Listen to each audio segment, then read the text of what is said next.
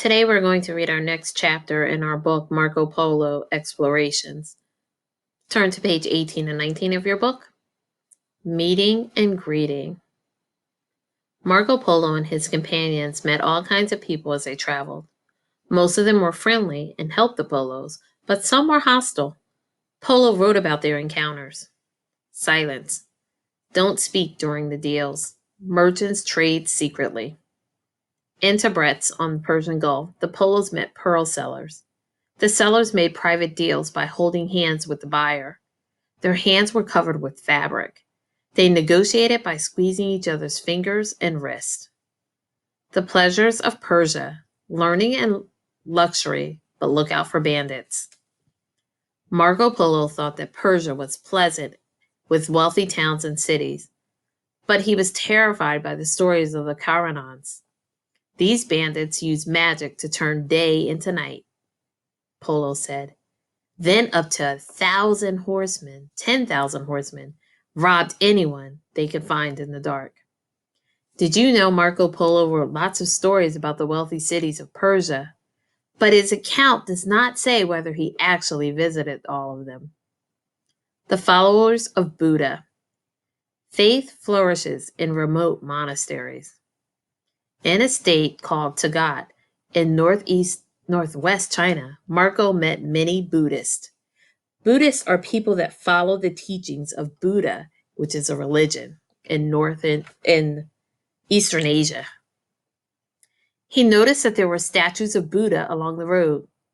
The Polos also visited monasteries where 2,000 monks lived together. They wore robes of black and blue and ate only bran and water.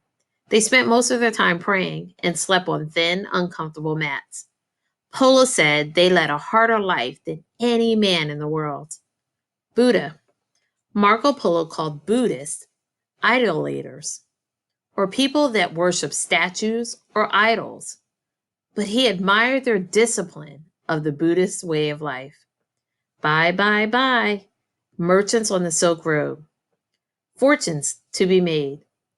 The Silk Road spread across Asia. Many merchants traveled along parts of it. Cities such as Samarkand in Uzbekistan, where merchants met to trade, had people of many races. Although goods traveled long distances, most merchants made only short journeys before selling their goods. It was rare to travel the whole route like the Polos. Now we're going to watch a quick video about the Silk Road. As you watch that video, I want you to think about some of the questions that are on your Google Doc. I want you to think about 3 different countries in which that route, the Silk Route, traveled through. Take a hint. Look at the map. It'll give you some kind of clue. Why do you think it was called the Silk Road? What was the purpose? Why did they name it that? Then I want you to think about some of the things that were traded on the Silk Road. While the merchants, such as Marco Polo, got silk, what did they bring in return? Name 2 things that were traded along that route besides silk. And now finally, I want you to find 2 wow facts, 2 things that you learned from the video. It may be a great time to turn on the closed caption as well as you watch it, so you can make sure you spell those words correctly. Thank you and have a great day.